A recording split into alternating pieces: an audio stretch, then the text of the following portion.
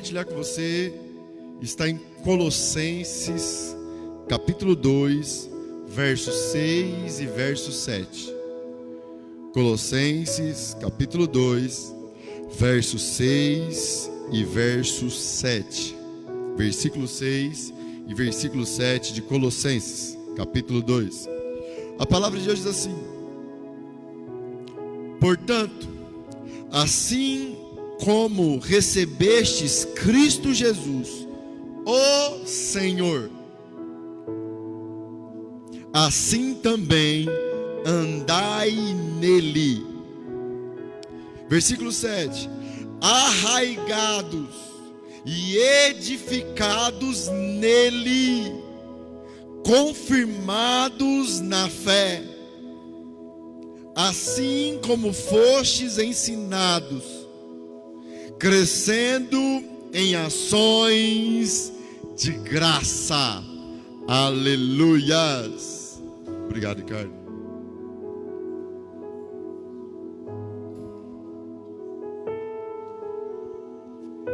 Vamos orar? Feche seus olhos. Você que estivesse aqui, que está aqui, você que está em casa, fique de pé no seu lugar, interceda por mim.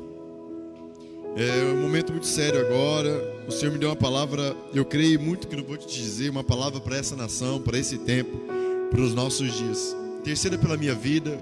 Vamos criar um ambiente espiritual para que a palavra de Deus ela alcance e execute todo o propósito dela. Amigo Jesus, perdoe as minhas debilidades, perdoe as minhas fraquezas, Jesus, meus pecados. Nós te amamos, bendizemos o teu santo nome. O Senhor é bom e a sua misericórdia dura para sempre. Amigo Jesus, doce Espírito Santo, Pai da eternidade, que a tua palavra venha direto ao coração dos teus filhos, confrontando a mente e trazendo arrependimento para o corpo de Cristo. É isso que nós te pedimos, em nome de Jesus. Amém e amém. Poder sentar. Vivemos tempos difíceis sobre a terra. Vivemos um momento delicado sobre a nossa nação, em todos os aspectos, políticos, sociais, de saúde. Vivemos uma crise. E eu aprendi algo. Você quer conhecer o futuro de uma nação? Você quer conhecer o que vai acontecer no futuro? Observe o passado e preste atenção no presente, aquilo a qual a nação ou a pessoa está plantando. E para que você entenda um pouco da palavra que Deus pediu para que eu trouxesse para nós nesses dias, eu quero falar um pouco da velha aliança, da época que Deus operava sobre a terra antes de Jesus, antes da graça. E se você observar todas as vezes que Deus levantou tempos difíceis sobre a terra, todas as vezes que Deus estabeleceu juízo, todas as vezes que Deus se levantou contra homens rebeldes, existia claramente o motivo pela qual Deus se levantava contra os rebeldes. Eles haviam deixado o Senhor. Eles haviam abandonado a voz do Deus de Abraão. Eles tinham menosprezado os mandamentos de Deus. E se você estudar a fundo, a palavra de Deus diz, tanto no Velho como no Novo Testamento, que Deus não tem prazer na morte do ímpio. Que na verdade o coração de Deus é que todos os homens se arrependam, se convertam e voltem a ouvi-lo e a guardar os seus mandamentos.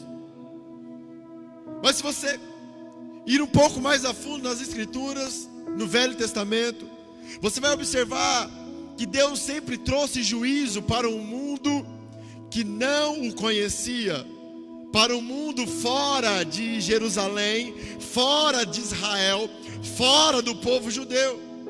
Porque na velha aliança havia dois tipos de pessoas.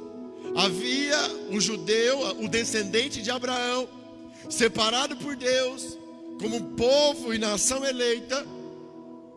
E havia as outras nações.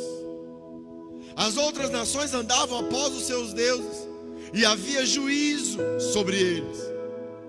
Mas o que me chama a atenção é que quando Israel, o povo separado de Deus, os descendentes de Jacó, quando eles se desviavam da voz de Deus, quando eles se desviavam dos mandamentos do Senhor, o juízo era ainda mais severo sobre eles. Porque eles eram aqueles que tinham a palavra, aqueles que tinham os mandamentos de Deus. E se você observar nas Escrituras, todas as vezes que Israel se afastava do Senhor, o Senhor levantava as nações ímpias para oprimir Israel, para escravizar Israel, para roubar Israel. Deus também usava de pragas sobre Israel, e o castigo sobre Israel era cada vez maior, mas muito maior do que o castigo para as nações que não tinham a palavra. E Jesus explica isso quando ele veio sobre a terra. Ele disse assim: quanto mais é dado, mais é cobrado. Jesus disse assim, que quando eu peco sem conhecimento da verdade, eu sou digno de poucos açoites.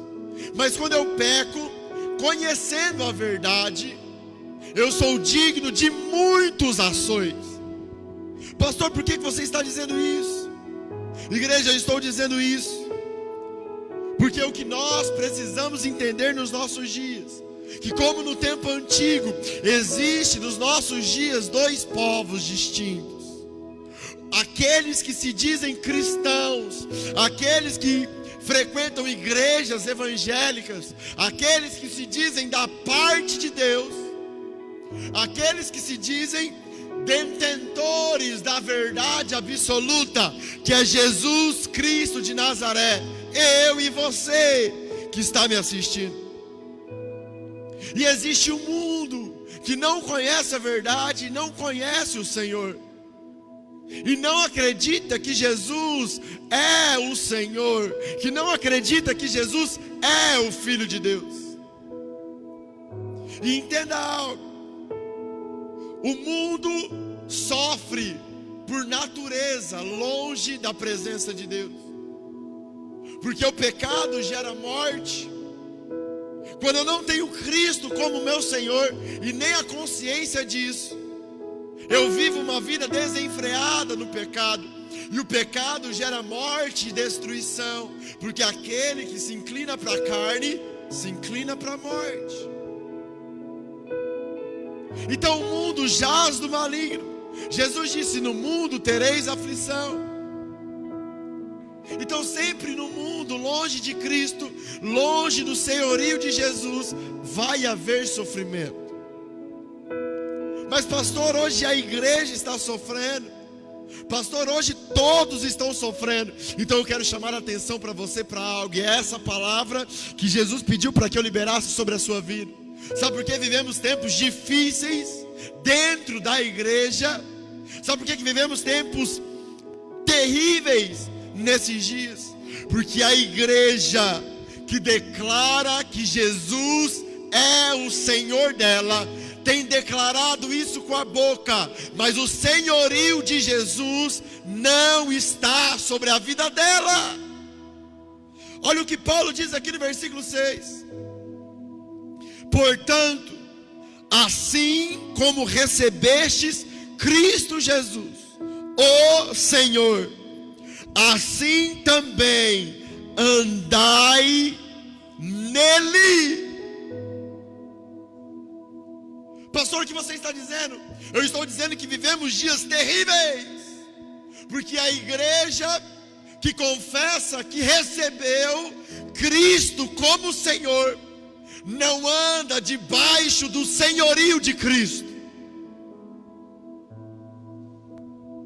Ela anda debaixo de muitas coisas, mas não debaixo do senhorio de Jesus, porque Paulo deixou claro aqui: quando Jesus é o seu Senhor, você anda nele. Pastor, o que é isso? Igreja, o Evangelho veio devolver ao homem o lugar de intimidade. E quando o homem aceita Cristo como Senhor, ele vai andar com Cristo, ele vai caminhar com Cristo, ele vai aprender com Cristo, e ele vai manifestar Cristo nas suas ações. Essa palavra é como um machado na sua mente cauterizada. Em qual mente, pastor? Uma mente que fala que é da parte do Senhor. Uma mente que fala que Cristo é o seu Senhor, mas não anda nele.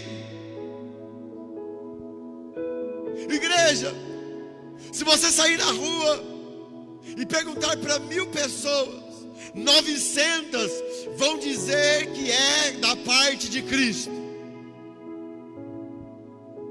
Mas se você acabou de perguntar, ela sair da onde você está e levar um tapa na face, 899 vão revidar o tapa que levaram na face. E ainda vão afirmar que é Cristo o Senhor dela. Não se iluda. Cristo, quando Cristo Jesus é o seu Senhor, você sempre vai oferecer a outra face. Não tem ilusão, igreja. A palavra é muito clara. Quando eu tenho Cristo como meu Senhor, eu ando nele. Quando Cristo governa a minha vida, as ações de Cristo fluem da minha ação. Quem está me entendendo, Cristo? Quem está me entendendo, igreja? Pastor, o que vivemos nesses dias? Tempos difíceis, de mentes cauterizadas, que declaram que Cristo é o seu Senhor, mas Cristo nunca foi o seu Senhor. Na verdade, igreja, quando você reage a uma ofensa que te fazem, quando você reage quando é roubado, quando você reage quando é ofendido, quando você reage quando os seus estão tocados, é o seu Senhor que você está manifestando. O diabo, você é filho do diabo e declara que Jesus é o seu Senhor. Igreja, não se iluda. Só existe 2 senhores. Ou eu sirvo a Deus e tenho Cristo como meu Senhor e manifesto Cristo nas minhas ações, ando nele, ou o diabo é o meu Senhor e ele ilude a minha mente e eu o manifesto nas minhas ações. Pastor, o que é isso? É exatamente isso que você está ouvindo. Portanto, versículo 6: assim como recebestes Cristo Jesus, o Senhor, andai nele. Essa palavra não é para matar você, geração. Essa palavra não é para matar você, nação. Essa palavra é para gerar em você arrependimento. O que o Brasil precisa é que a igreja se arrependa da sua carnalidade, da sua imoralidade e da sua idolatria a Satanás. A igreja precisa entender isso, porque senão viveremos dias mais difíceis ainda. Porque Deus sempre falou Quando eles me abandonam, quando eles deixam os meus mandamentos, eu envio para eles a praga, a espada e as feras da terra. Mas se eles se arrependerem e voltarem os seus ouvidos para mim, eu os guardarei e os receberei novamente e restituirei tudo a eles. Nós, igreja brasileira, quando eu falo nós, eu me incluo. Nós precisamos se arrepender do senhorio das trevas sobre nós. Eu vejo uma igreja incitando a violência nos nossos dias. Eu vejo pessoas, líderes que se dizem que representam Jesus, incitando a guerra nos nossos dias. Fala, por quê, pastor? Porque quando Jesus é o seu Senhor, a sua pátria é celestial, e o seu prazer não está nas coisas transitórias e passageiras, mas naquilo que é eterno, infinito, invisível e real. Mas quando o diabo é o seu Senhor, os seus prazeres e a sua pátria é terrena e diabólica. A igreja está perdida porque ela se afastou da presença, porque ela parou de ouvir a voz e de manifestar os mandamentos. Nem suportamos a verdade. Paulo profetizou sobre os nossos dias: virão dias que não suportarão a sã doutrina, mas sentirão coceiras nos ouvidos e ajuntarão mestres segundo as suas próprias cobiças. Pastor, quem é a sã doutrina? Jesus o Cristo. E a sã doutrina não me deixa ter direito, mas a sã doutrina, Cristo, em Lucas capítulo 9, disse assim: aquele que quiser vir após mim, eu vou traduzir: aquele que quiser que eu seja o seu Senhor, tome diariamente a sua cruz, perca a sua vida nessa vida e achará a vida eterna. Mas a igreja está presa a este plano. Quando estamos sobre o governo das trevas, os nossos pés ficam presos às coisas, à terra. Os nossos pensamentos lutam com pessoas. Mas quando temos o senhorio de Cristo sobre nós, os nossos pés não ficam sobre a terra, porque o nosso espírito está ligado ao espírito do Pai da eternidade. E agora eu e o Pai somos um. Quem está me entendendo, igreja? Então, quando as pessoas nos atacam, quando as pessoas nos ofendem, quando as pessoas nos provocam, quando as pessoas nos roubam, nós se desprendemos de tudo aquilo que é transitório e manifestamos Cristo nas nossas ações. Eu gosto de dizer isso, eu acabei de gravar um vídeo curto ali. O homem espiritual não tem medo de perder nada, porque tudo que ele tem, ele encontra no secreto lugar, Jesus Cristo de Nazaré. E ninguém é maior do que Jesus, e ninguém e nada pode separar ele da presença de Deus. Mas um homem terreno, um homem governado pelas trevas, um homem filho de Belial, filho de Satanás, ele nem compreende aquilo que eu estou dizendo agora. Jesus um dia pregando nesse nível para os fariseus, ele disse assim: sabe por que a minha palavra não penetra em vocês? Sabe por que vocês não entendem aquilo que eu estou falando? Porque o meu Pai não é o mesmo Pai de vocês. O meu Pai é aqueles que vocês dizem que é o vosso Deus, mas ele não é o vosso Deus, porque o pai de vocês é o diabo, porque vocês procuram me matar. Jesus também viveu dias difíceis, mas Jesus, igreja, Jesus viveu dias difíceis quando ele se fez homem. Mas ele não levantou um exército, escute isso, ele não levantou um exército para lutar contra homens ímpios. Ele abraçou a sua cruz, se fez escravo de todos e morreu por uma geração perversa. A igreja, entenda algo, a igreja que se arrepender e voltar para o senhorio de Cristo, viverá nesses dias terríveis coisas gloriosas do Senhor. Eu tenho dito, o Senhor está atrás de vozes, o Senhor está atrás de mãos, o Senhor está atrás de pés que vão firmar na rocha e liberar uma palavra eterna sobre uma geração perdida. O Senhor está atrás de homens que vão se arrepender, que vão voltar ao Senhor, que vão reconhecer quem eles são, e que até o dia de hoje Satanás o governava, mas agora ele não aceita mais isso, e ele quer viver a palavra que Jesus tem para ele. O Senhor está atrás de você, que está disposto a perder a sua vida.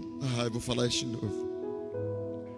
O Senhor está atrás de você, que está disposto a perder a sua vida nessa vida.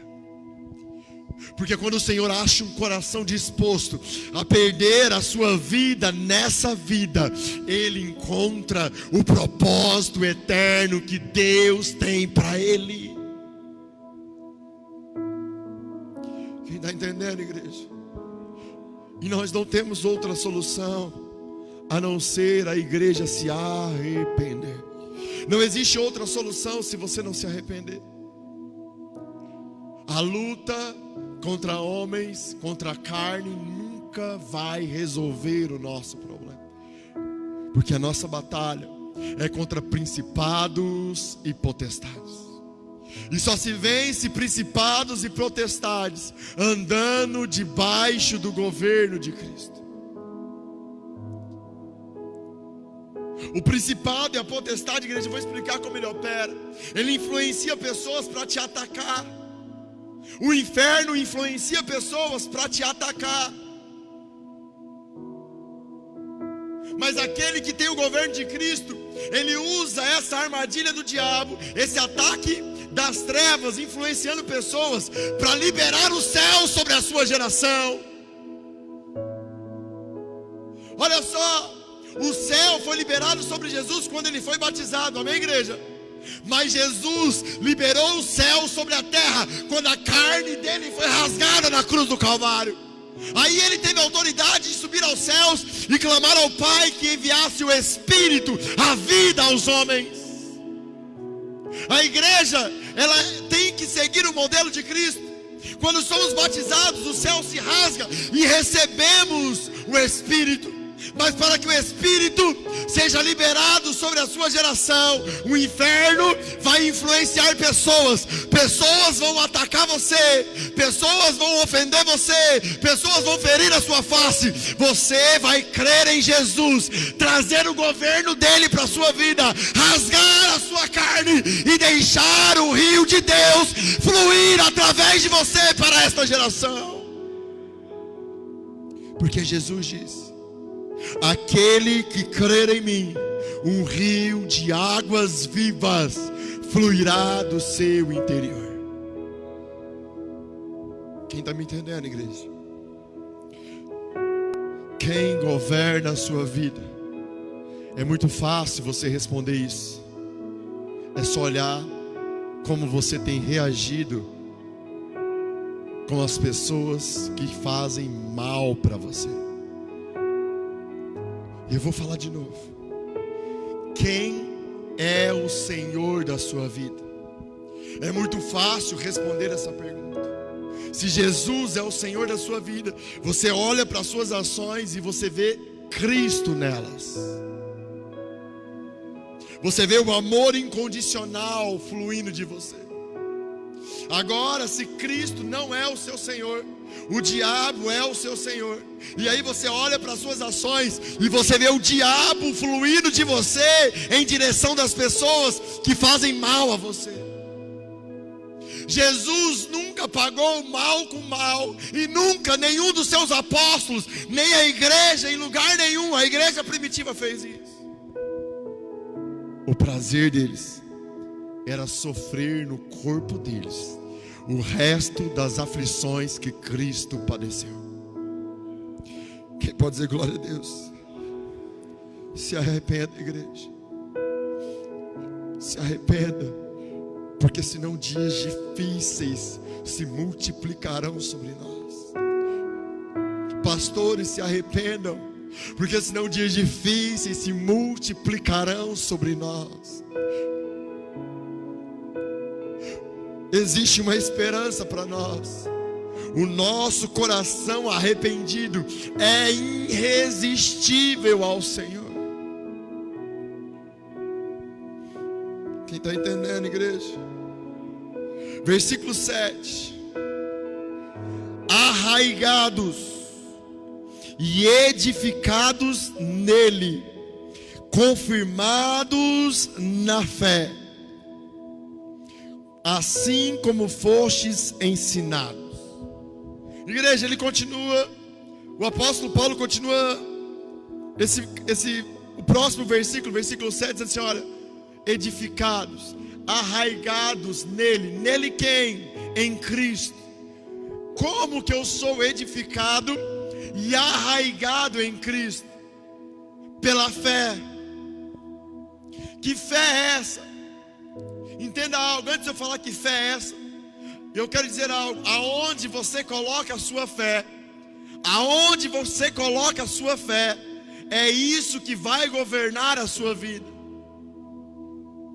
A fé é o quê? A fé é a certeza daquilo que você não vê, mas existe. Então, para que eu seja arraigado e edificado em Cristo, eu preciso colocar a minha fé nele. Eu preciso colocar a minha fé naquilo que ele fez. O que Cristo fez, pastor? Cristo morreu na cruz pelos meus e pelos seus pecados, subiu aos céus e clamou ao Pai que ele nos liberasse para morar dentro de nós o Espírito Santo. Então, pela fé, eu tenho agora Deus morando dentro de mim. Pela fé, eu tenho agora Cristo trazendo a essência do Pai para dentro de mim. Como ele disse, o reino de Deus não vem de forma visível, nem dirão ei-lo ali ou ei-lo aqui, porque o reino de Deus está dentro de nós. Então, aonde eu coloco a minha fé, é aquilo que vai governar a minha vida. E aqui é o problema da igreja. A raiz do problema do governo das trevas está aqui. Porque existe uma igreja que declara que Cristo é o seu Senhor, que declara que tem fé em Jesus, mas o seu interior, aonde habita o Espírito de Deus, está sobrecarregado de coisas terrenas, transitórias e passageiras. Pastor, explica isso melhor. Igreja, se o Espírito de Deus habita dentro de você, como que vive um homem cheio de fé em Jesus? Profundamente se relacionando com o Espírito que habita dentro dele pela fé. Quem está me entendendo, igreja? É assim que eu edifico, que eu construo uma vida alicerçada no senhorio de Cristo, no senhorio de Jesus. Quando eu coloco a minha fé no relacionamento que Deus tem comigo pelo sacrifício de Jesus. Mas eu escuto uma igreja dizer assim: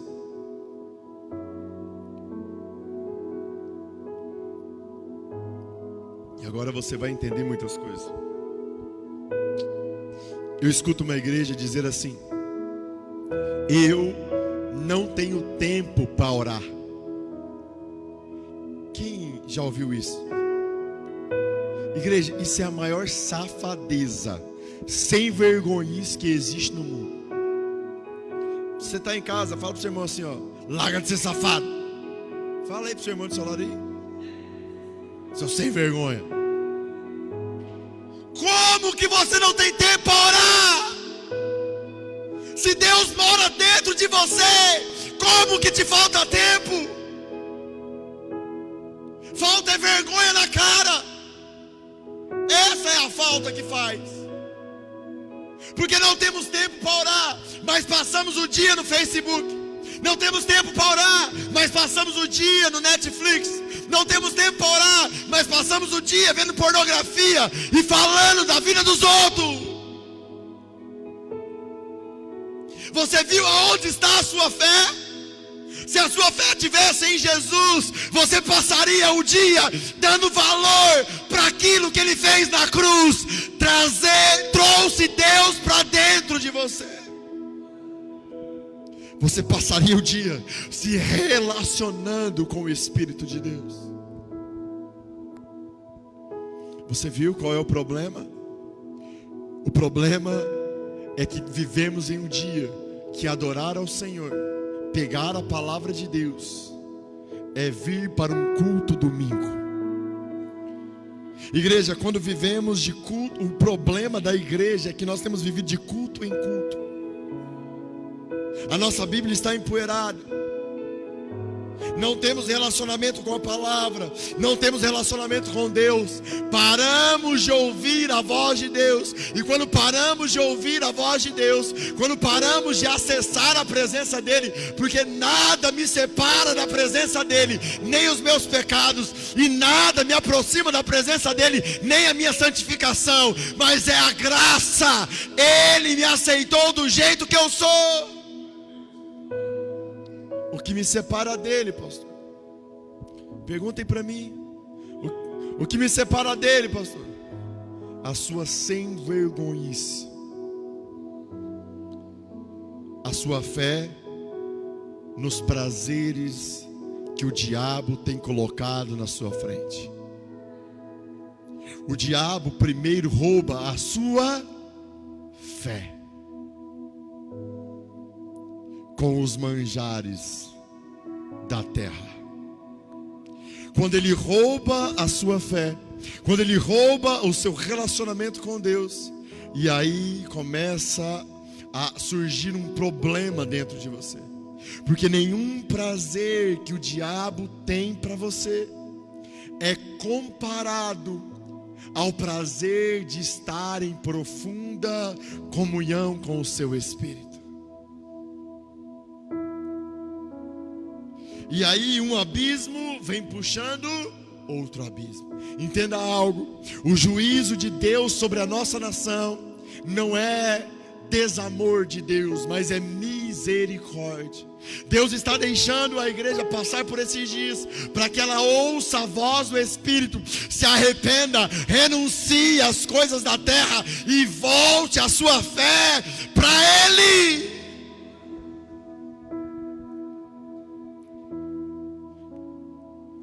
Se você não inclinar todos os dias, em todos os instantes, se você não se inclinar a Ele, você nunca terá o governo de Cristo sobre a sua vida.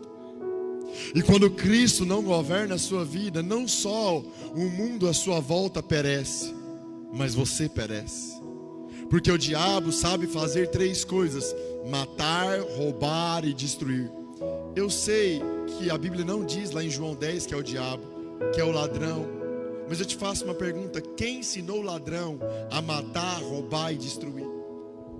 Eu tenho certeza que foi o diabo. Então quando você deixa o diabo roubar a sua fé, quando você deixa o diabo arrancar de você aquilo que Jesus te liberou na cruz do Calvário, a comunhão com o Espírito Santo, ele vem com o governo dele sobre a sua vida. E ele vem para matar, roubar e destruir. Primeiro ele usa o ladrão para roubar, e depois ele traz a destruição que o inferno tem trazido sobre os nossos dias. Quem está entendendo isso, igreja? A minha segunda pergunta para você, a minha primeira pergunta: quem era o seu Senhor? E a minha segunda pergunta para você é: aonde está a sua fé? Aonde você tem depositado a sua fé? Vivemos em um dia que a igreja acha difícil ler um capítulo da Bíblia. Vivemos um dia que ler um capítulo da Bíblia por dia é um absurdo. Sabe quantos por cento da população cristã lê a Bíblia? 33%. 67% não lê a Bíblia. Você está entendendo o nível de ilusão que temos vivido? A fé da igreja está no diabo. E aí o senhorio do diabo governa sobre a igreja. Aí ela declara que é de Jesus, mas ataca os homens. Parece que rasgam e esquecem daquilo que Jesus ensinou. Quando não temos a eternidade implantada em nós, porque não temos o governo de Cristo em nós, nós ficamos cegos para aquilo que há depois da morte. E o que há depois da morte, para uma igreja que tem o diabo como Senhor, há a segunda morte, o lago de fogo que vai te consumir eternamente. Se arrependa em nome de Jesus. Se arrependa em nome de Jesus. Se arrependa em nome de Jesus. Final do versículo 7. Crescendo em ações de graça. Aleluia. Quem pode dizer glória a Deus? Quando eu prego assim, ninguém dá glória a Deus. Quando eu prego assim, sabe o que dá nos irmãos? Fala o que, pastor? Fala o que, pastor? Raiva e sono. Fala por quê, pastor? Porque o seu senhor, o diabo, está te induzindo a isso. Porque ele não quer que você ouça a verdade. É forte isso, não é? É forte, não é, igreja? Mas entenda isso.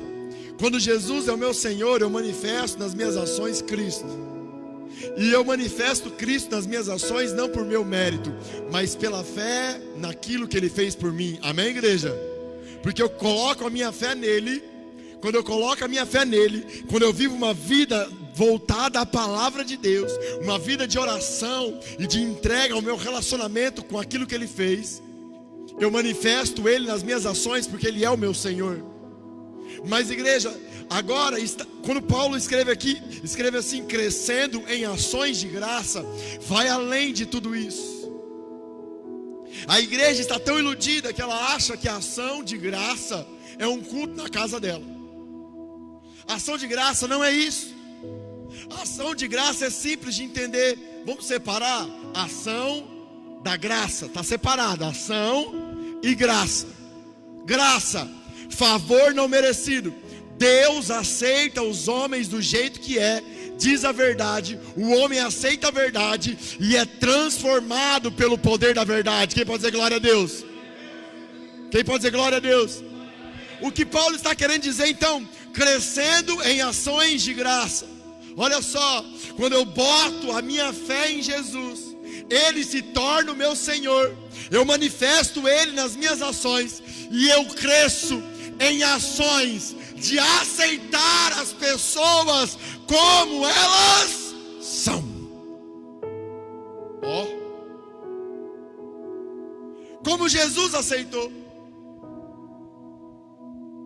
Então, quando eu tenho a minha fé em Jesus, eu vou me tornar cada dia mais parecido com Ele.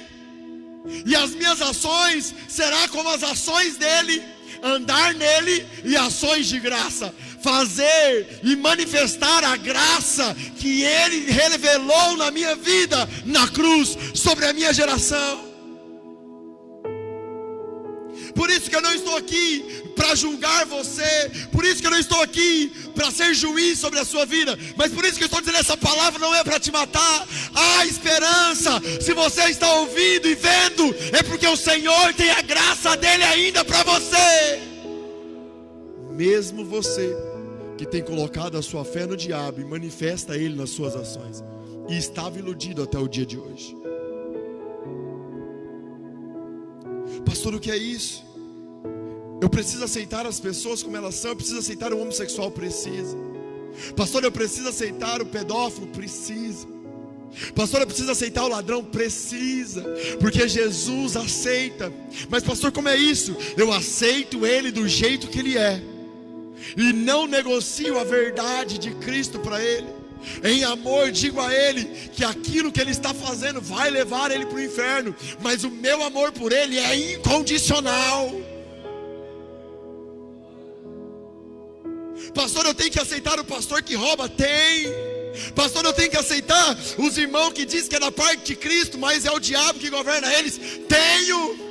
A minha função é andar com a minha fé em Cristo, tendo Ele como Senhor, as minhas ações manifestando Ele e aceitando todos em amor e dizendo a verdade em amor. Eu vou crescer em ações de graça cada vez mais. Igreja, existe uma frase que eu odeio: eu não concordo com coisa errada. Eu odeio essa frase. Se você não concorda com coisa errada, infeliz, morre, porque você erra também. Quem não tem pecado aqui, atire a primeira pedra, porque aquele que diz que não tem pecado já pecou. Igreja, quanto mais eu conheço, igreja, hoje eu tive pela manhã uma experiência violenta com Jesus. Ele me mostrou coisas que eu não posso falar. Mas sabe como eu me sentia nessa experiência? Cada vez mais pecador e podre. Eu chorava e pedia perdão, e eu saí de lá me sentindo pecador, porque a santidade dele me constrange, porque a graça dele me constrange. Não tem como eu viver envolvido nessa graça, colocando a minha fé dele e não crescendo em ações de graça. Igreja, eu gosto de traduzir ações de graça com uma palavra bem difícil para as pessoas dos nossos dias ouvir. O que é ação de graça? Fala o que é, pastor. Fala o que é, pastor. Você que está em casa, escreve aí o que é. É ser escravo dos perdidos. Ação de graça é não ter direito. Ser escravo é não ter direito. Ser cristão, colocar a sua fé em Jesus, ter o governo dele, é andar em escravidão para com os homens que me atacam, que fazem mal para mim. Pastor, aonde está isso? Jesus deixou isso muito claro em João capítulo 12, quando ele se prostrou diante dos 12 apóstolos, pegou uma toalha e começou a lavar os pés dos discípulos. Pedro o traiu, Pedro o negou 3 vezes e o abandonou. Judas o traiu e o roubava. Os outros 10 apóstolos deixaram ele, nenhum ficou naquele dia, porque ele disse: feriu o pastor e as ovelhas se dispersarão. Mas mesmo assim, naquele dia, véspera da sua morte, naquela noite, ele se colocou como escravo dos seus discípulos. Sabe o que significava aqueles 12 discípulos? Sabe, Vilmar?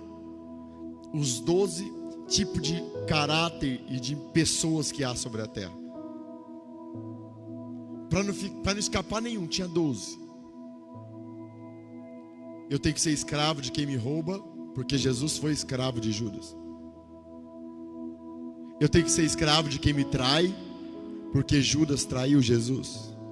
Eu tenho que ser escravo de quem me nega, de quem Pedro praguejou contra Jesus.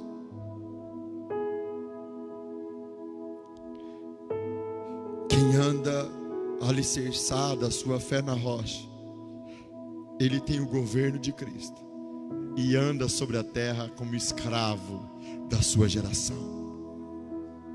E Jesus, em João capítulo 12, deixou o segredo da felicidade. Ele disse assim: vocês estão vendo eu fazer isso, vocês estão vendo eu me colocar como escravo na minha geração, dos meus discípulos.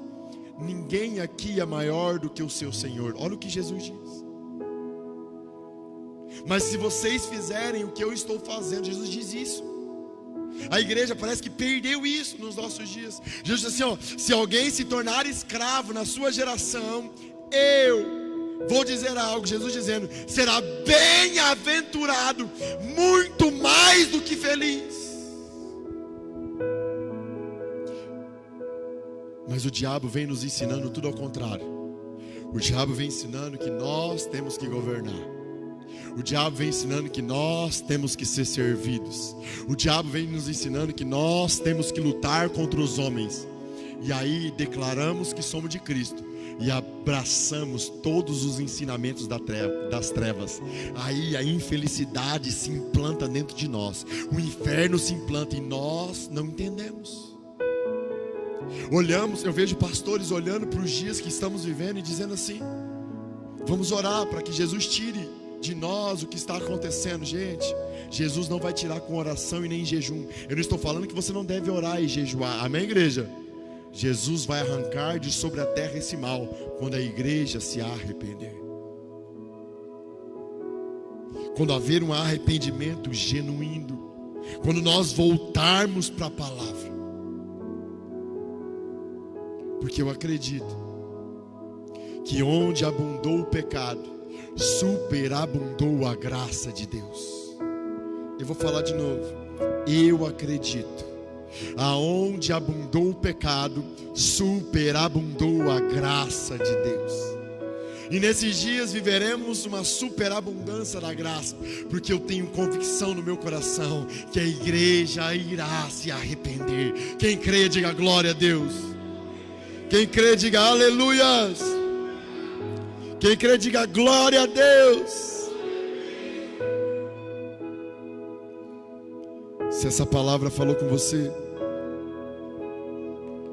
pastor, se essa palavra falou o que comigo?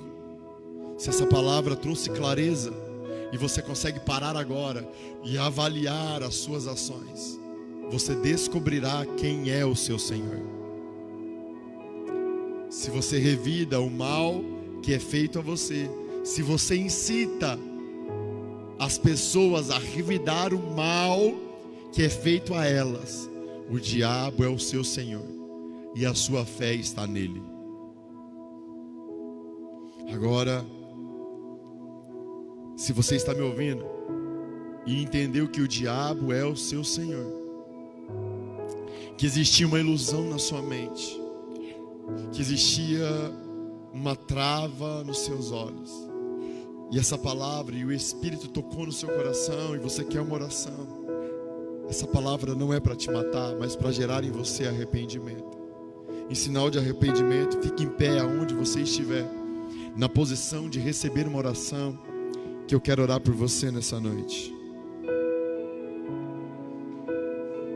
Eu quero orar por você. Fique em pé na sua casa. Se você tiver coragem hoje, depois dessa palavra, confesse o seu pecado publicamente. Feche seus olhos. Amigo Jesus,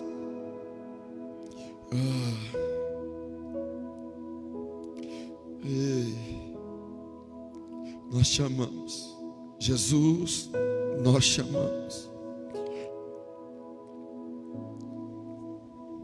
Aqui existe uma igreja arrependida, Jesus, que levantou em meio a um apelo duríssimo,